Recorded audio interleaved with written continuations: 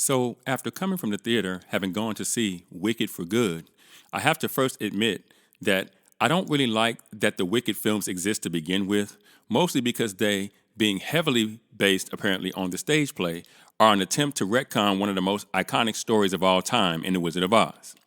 That said, the movies do indeed exist, so here we are to sort it all out. And given that the story contained in this particular movie essentially starts at the halfway point with a fairly well chosen opening image, I might add, the beats are a little more spread out than they might typically be because this is essentially a 5-hour movie chopped in half. That said, the scenes do seem to go on, especially those that involve songs, which is the only real reason you don't feel it quite as much. The casting was great, as was the acting. The direction was equally impressive, as was the small writing.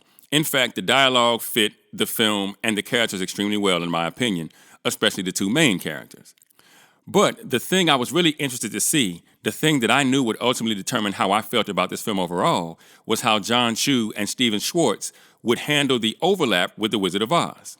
I wanted to see how the plot would progress once Dorothy officially entered the story, and I didn't like what they decided to do. The filmmakers ultimately decided not to show Dorothy's face in a single frame of the movie. The filmmakers claimed that this was done in order to keep the focus on Elphaba and Glinda, which I can appreciate to a certain extent, but it doesn't wash, ultimately, because they do show the Tin Man and the Cowardly Lion while they're with Dorothy, and the only reason we don't see the Scarecrow until the end, that is because the Scarecrow is Captain Fiyero, Elphaba's jump-off.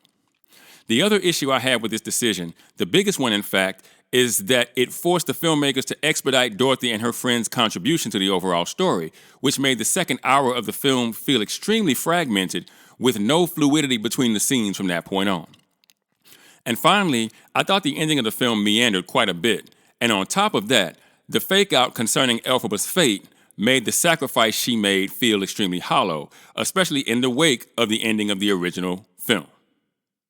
Now, overall, I'd give this movie a 75%, or a 7.5 out of 10 if you're thinking IMDb score. Essentially a B- instead of a C+, just for good measure.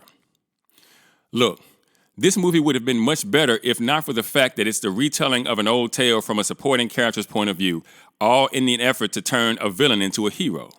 But in doing so, major chunks of the story are omitted, as the filmmakers try to erase the story's protagonist. That said, if you're a die-hard fan of musicals, or even more than that, a die-hard fan of the original stage play, in Wicked, this film has enough of the things that made the play in and of itself iconic and will no doubt be a movie-going experience worth the price of admission.